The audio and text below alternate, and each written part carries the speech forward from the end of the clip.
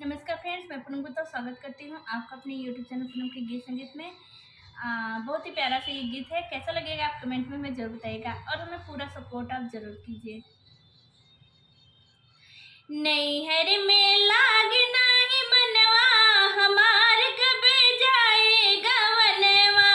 नैहर में लाग नाही मनवा, हमार कब जाए गवनवा। सब सखी गैन भावनवा, हमार कब जाए गवनवा। सब सखी गैन अपने घरवा, हमार कब जाए गवनवा।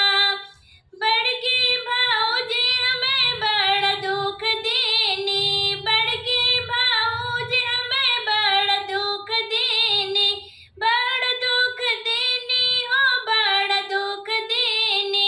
ना जाने कौने करनवा, हमार कब जाई गवनवा। ना जाने कौने करनवा, हमार कब जाई गवनवा। नैहर में लाग नाही मनवा, हमार कब जाए गवनवा। एको घरी भौजी दुखवा न सहबो, एको घरी भौजी दुखवा न सहबो। जब आई है हमरे सजनवा, हमार कब जाए गवनवा।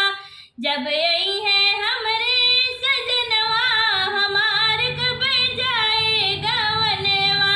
नैहर में लाग नाही मनवा, हमार कब जाए गवनवा। नैहर में लाग नाही मनवा, हमार कब जाए गवनवा। सैया बेदर्दी दर्दियो ना समझे, सैया बेदर्दी दर्दियो ना समझे। बीत गए